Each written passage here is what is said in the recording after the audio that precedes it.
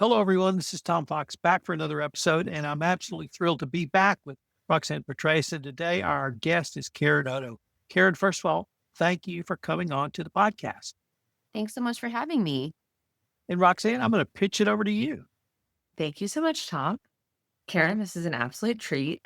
You've been a wonderful longtime Athena customer, and we don't have favorites, but I would say if we do have favorites, the customer success people who work with you, who I think sold you way back in the day, our whole team thinks very highly of you and your team. So this is really fun for me.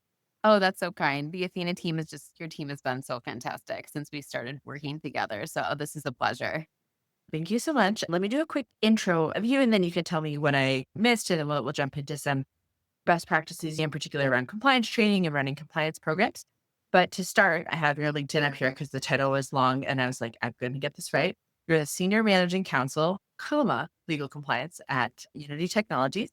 Could you talk to us a little bit about what Unity does? I think it's such a neat company, and yeah, we'd just love to hear a bit more about it. Yes. So Unity is, for folks that don't know, it's a software company that specializes in the creation of an engine that is utilized in different ways. Where Unity's history is, though, is that engine is used as a platform to create video games. You can create virtual worlds using this software, this Unity platform, and it has various applications that we've expanded into, but that's where Unity's roots are. And we also have a significant ad tech platform that's a key part of our business as well. I love that. And my husband and oldest son are big gamers. And so I did have to ask him a bit about, I was like, Unity, and he's, oh, it's so cool. And he had to explain it to me multiple times. And I was like, okay, I think I get it. And you have a very global company, is that right? Like folks across the world. That's right. Yeah, we have a huge footprint geographically. We're across many continents. We have offices across the world. So that's a key part of how we work and what we think about from a governance and risk perspective. That's something we're always thinking about. We have a very global workforce and business. Definitely. And I imagine also one that it leans quite technical. It's probably had like pretty high, but I feel like engineering heavy organizations tend to, and honestly, gaming organizations too. I've noticed, so I'm just curious if this is your experience, like employees kind of have a high bar for things, like they're very discerning customers, might be a diplomatic way of putting it. Have you found that to be true? Yeah, we definitely have a very savvy employee workplace, include as you mentioned, like including a strong technical workforce. And so it's great getting everyone's perspective on the approach at Unity and including with respect to our governance and compliance operations. Yeah, that makes sense. I would love to pick your brain on kind of how you think compliance programs and compliance training in particular ought to be done. I know that Tess, our head of sales, when she was working with you way back in the day, just felt that you were really aligned with Athena's goal is to make compliance training that's personalized, that's specific to the role, that is relevant to the company and to the industry, to the particular challenges, geographically distinct, like all of these things. Could you talk to me a bit about what your sort of vision for like what compliance training done look like? Yeah, sure. And yeah, just kind of speaking more broadly about at any company, what I think a good compliance program and training might look like. So I think there are a couple of things, maybe in no particular order. I think one piece that I think is often overlooked is really the user experience of compliance training. I think if companies feel strongly about the importance of compliance training, then the user experience ought to match how we're thinking about that level of importance.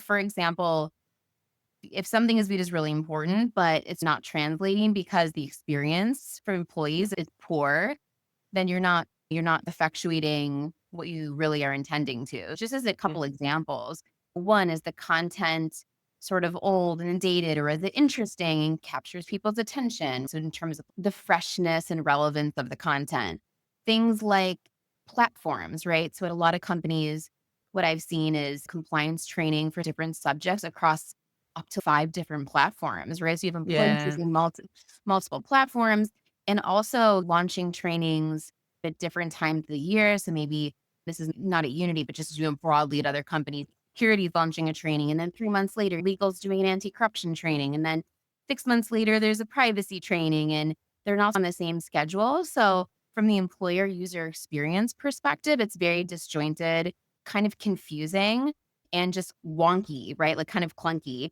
So I think those are if organizations can get aligned on some of those mechanics for that user experience aspect, it really can make a huge difference in terms of employees being more engaged with the content and the message actually getting across, the message that you care about from a risk and governance perspective actually resonating.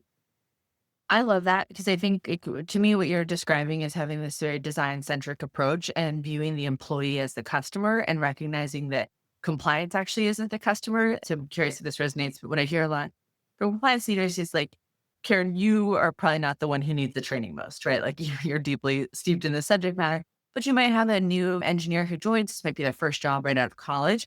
And thinking about every step of their experience with your organization, like really sets the tone for whether they are going to walk away thinking, wow, Unity thinks this is a really important topic. My company really cares about this.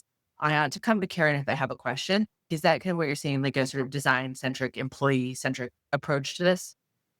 Exactly. Yes, definitely design employee centric approach. If we want the content to resonate, we need to be thinking about about like the platform they're using, what specific content we're creating, what time of the year are we releasing these trainings? For example, are we doing it at a time of the year when half the business is super busy because there's year-end close? Or are we doing it in the summertime when potentially most or at least more of the company is a little bit slower compared to other times of the year? And that will Yeah, be different in different companies and different industries. So yeah, I think just being more thoughtful and deliberate about those choices can really help. It might seem small, but it can really go a long way in getting more traction and getting people's attention focused on what you want them to be focused on.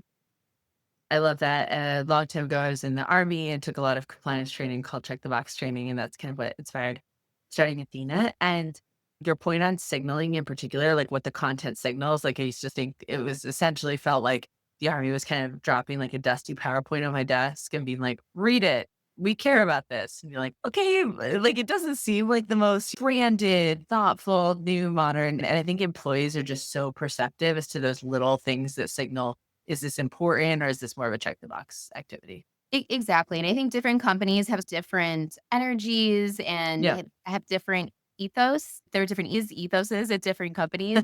And it I'm might not sure. depend Yeah. on what's the plural of ethos, but it might depend on the industry. But I think knowing, what your company is about and then doing what you can also to have the content of the training match that. So if you're a really Yep. innovative, cutting edge tech company, I think the goal would be to strive to have the content be on message with that, just in terms of the style and like the graphics and the tone. Maybe some companies may be more formal versus informal. So I think being thoughtful about those things, even if they seem seemingly small at first, they can actually go a long Totally. way in making people feel like, oh, this is my training. This is like feeling more invested in it, more connected to it. I think it's so smart. I remember having a friend in banking and when I started the company, she said something like, oh, our training uses terms we don't use. It says managing partner. We call it managing director or something. And Right. like, yeah, like employees are very perceptive to that. Like it, Right. Exactly. yeah. Exactly. Kind of building on this content idea, when maybe just to share something we're really excited about, like you kind of mentioned, like some corporations have a really buttoned up tone and others might be more, hey, we're a hoodies kind of place, is for Athena, like continuing to leverage like AI and other breakthroughs to make content hyper personalized. So if I'm envisioning it as like a dial, and if you want to turn up the blazer dial or turn it down, because every company, even every tech company is really different. How have you thought about customizing content, and to the extent you want to share, how has it been using Athena's platform to customize to either the language or the tone or the style that you think most resonates? Yeah, I think that's something that like, any thoughtful compliance professional spends time thinking about for Yeah. sure.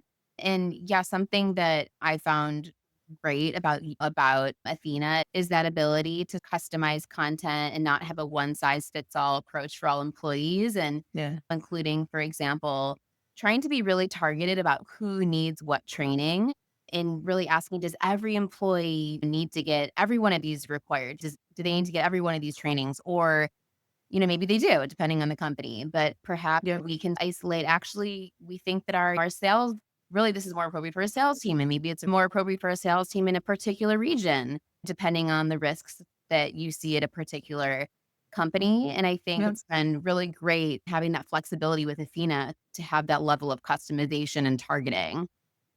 I think that's so smart. And this wonderful thought leader, Susan Frank Divers, who has written a lot for us on ECCP guidance. And I think that, yeah, you're spot on that the idea of making training really targeted, really relevant is exactly what that guidance is indicating, that the sort of, call it old school, like peanut butter approach, of regardless of whether you in any way interact with AML type concerns, you're going to get this 15 minutes of training.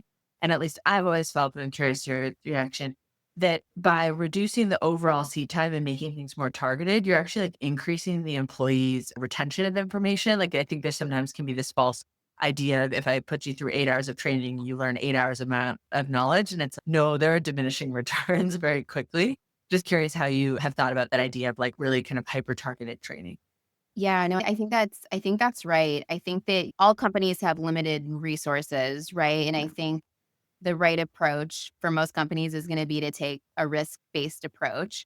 And as part of that risk-based approach, it's really important to think about where your risks are and what employees might be more exposed or might expose the company to each of those particular risks. And so as a result, those employees need, extra training on a particular issue to make sure Yeah. they're aware of the regulatory landscape and the do's and the don'ts so they can protect themselves and the company. But I think it's essential. Yes. And I also think it really can water down or devalue training. I think like the broader concept and experience of training, if employees are receiving information that's about a risk that's really not relevant to their job profile, Yeah. and they're less likely to take the training that we need them to take seriously versus over where it's too much noise, right? What are the three key things that I need to be most focused on? And if you just like hone in on that, Yeah. that can be a lot more impactful than I think having that's totally right. like just having too much dilution with just like too much training, overdoing it. Totally. Yeah, I think it's like sort of it's like the equivalent of when you get a really long email and you're like, oh no, like what is it that you want me to take away from this? Right. Versus at Roxanne, do these three things. And I'm like, got it. Exactly. Yeah. You have, I think, done a really nice job of using our advanced analytics and the idea of being able to use pulse surveys to do exactly what you're saying about be hyper targeted. And this is kind of a functionality that we really encourage folks to use. So just for people who aren't familiar, you can use the Athena platform not only to deliver training, but also to ask questions. And then you can set up training in response to that. So like a common use case might be asking how comfortable are you raising an issue to compliance, and then really focusing either in person or asynchronous training on, call it hotspots as an example. What advice do you have for maybe compliance leaders who know they're supposed to use analytics, want to use analytics, but it might seem okay, but how do I kind of get started, and like tactically, how do I do that?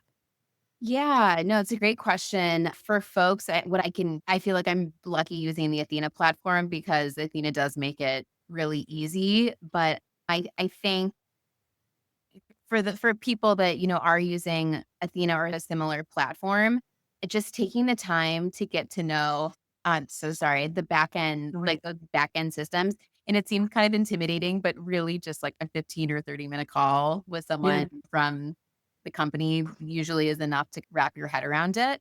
But yeah, to your point, it's super valuable. And Roxanne, getting back to your original question of some of the key facets of an effective compliance training program, I think it is use of those analytics to hone down on further targeted training. And we've done a ton of that using the analytics that we've been able to leverage with Athena. And just to give examples, right? Not even necessarily related to Unity, but you might find that you have a survey at the end of your code of conduct training and you say, hey, everyone, here's 5 options of like additional topics.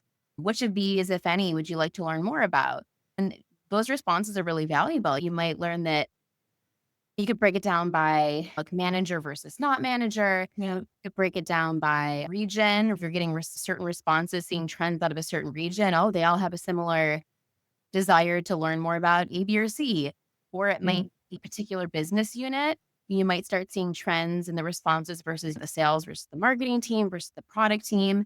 And then you can like really hone down even further. Oh, Roxanne's direct reports, there seems to Yeah. be a trend of what we're seeing there. And then it can really help you all companies have limited resources, obviously. So it really helps that prioritization exercise, like a risk-based prioritization exercise of like, where do we want to focus our resources on in-person training or like further deeper dive training on a particular subject matter?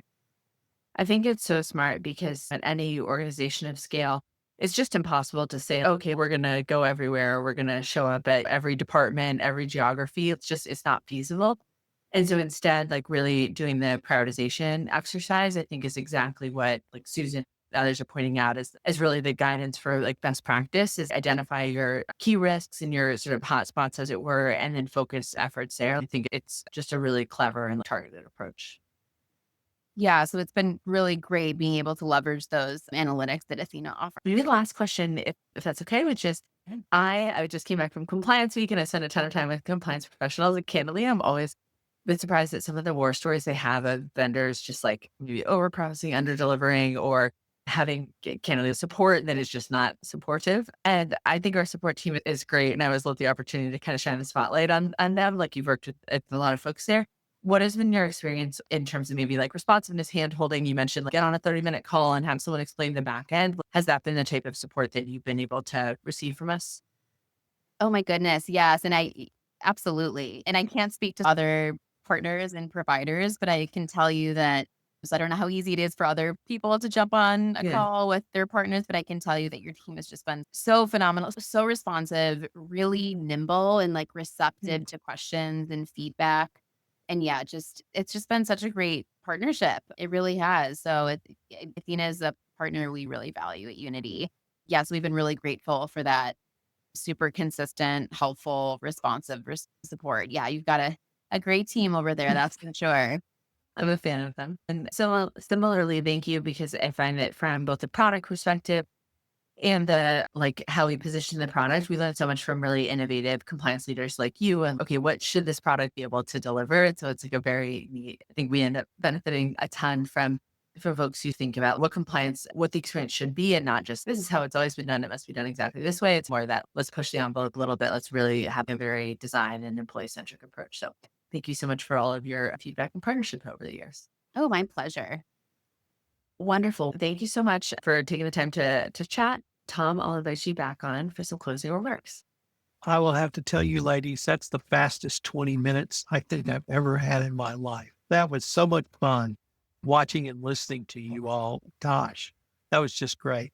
Karen, unfortunately, we are now at the end of our time for this episode. But before we leave, I wanted to ask you if our listeners wanted to connect with you or find out any more information, what might be the best place or places for them to go? Oh, sure. Listeners can find me on LinkedIn. My profile is just Karen Otto, OD. But it's been such a pleasure speaking with you, Roxanne. And thank you, Tom, for having this forum where we can exchange ideas and have a chat. All right. Thank you very much, ladies. Compliance Podcast Network. Start your mornings with daily compliance news, quick, sharp updates on the top compliance and ethics stories in under 5 minutes every morning in Compliance Podcast Network. Because compliance never sleeps. Need practical advice fast? Check out Compliance Tip of the Day. One actionable idea to level up your program. Short and sweet, every day on Compliance Podcast Network. Got 10 minutes? We've got the week's top 10 stories. 10 for 10 brings you the big compliance headlines. Fast, fun, and focused. Every Saturday on Compliance Podcast Network. And don't miss the Sunday Book Review, where compliance meets culture through must-read books and big ideas every Sunday in Compliance Podcast Network. Whether you're in the office, on a walk, or commuting, stay smart, stay ethical, stay tuned. Only on the Compliance Podcast Network. Available wherever you listen to podcasts.